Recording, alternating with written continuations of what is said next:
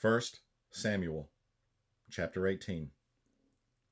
And it came to pass, when he had made an end of speaking unto Saul, that the soul of Jonathan was knit with the soul of David, and Jonathan loved him as his own soul.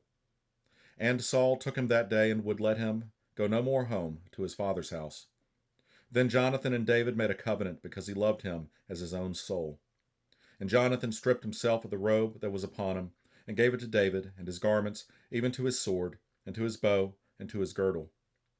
And David went out whithersoever Saul sent him, and behaved himself wisely. And Saul set him over the men of war, and he was accepted in the sight of all the people, and also in the sight of Saul's servants. And it came to pass, as they came, when David was returned from the slaughter of the Philistine, that the women came out of all the cities of Israel, singing and dancing, to meet King Saul with tabrets, with joy, and with instruments of music. And the women answered one another as they played, and said, Saul hath slain his thousands, and David his 10,000s. And Saul was very wroth, and the saying displeased him, and he said, They have ascribed unto David 10,000s, and to me they have ascribed but thousands. And what can he have more but the kingdom?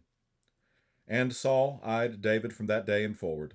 And it came to pass on the morrow that the evil spirit from God came upon Saul, and he prophesied in the midst of the house, and David played with his hand, as at other times, and there was a javelin in Saul's hand. And Saul cast the javelin, for he said, I will smite David even to the wall with it. And David avoided out of his presence twice.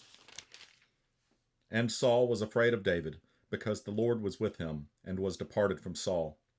Therefore Saul removed him from him, and made him his captain over 1,000, and he went out and came in before the people. And David behaved himself wisely in all his ways, and the Lord was with him. Wherefore, when Saul saw that he behaved himself very wisely, he was afraid of him. But all Israel and Judah loved David, because he went out and came in before them. And Saul said to David, Behold my elder daughter Merab, her will I give thee to wife. Only be thou valiant for me, and fight the Lord's battles. For Saul said, Let not mine hand be upon him, but let the hand of the Philistines be upon him.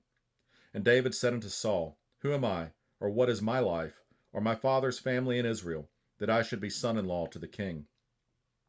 But it came to pass at the time when Merab, Saul's daughter, should have been given to David, that she was given unto Adriel the Meholathite to wife. And Michal, Saul's daughter, loved David. And they told Saul, and the thing pleased him. And Saul said, I will give him her, that she may be a snare to him, and that the hand of the Philistines may be against him. Wherefore Saul said to David, Thou shalt this day be my son-in-law in the one of the twain.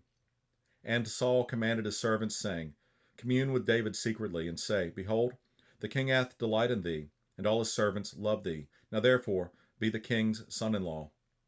And Saul's servants spake those words in the ears of David. And David said, Seemeth it to you a light thing to be a king's son-in-law, seeing that I am a poor man and lightly esteemed? And the servants of Saul told him, saying, On this manner spake David. And Saul said, Thus shall ye say to David, The king desireth not any dowry, but 100 foreskins of the Philistines, to be avenged of the king's enemies.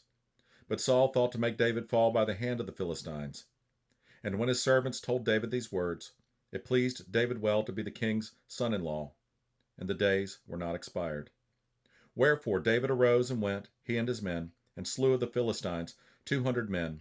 And David brought their foreskins, and they gave them in full tale to the king, that he might be the king's son-in-law.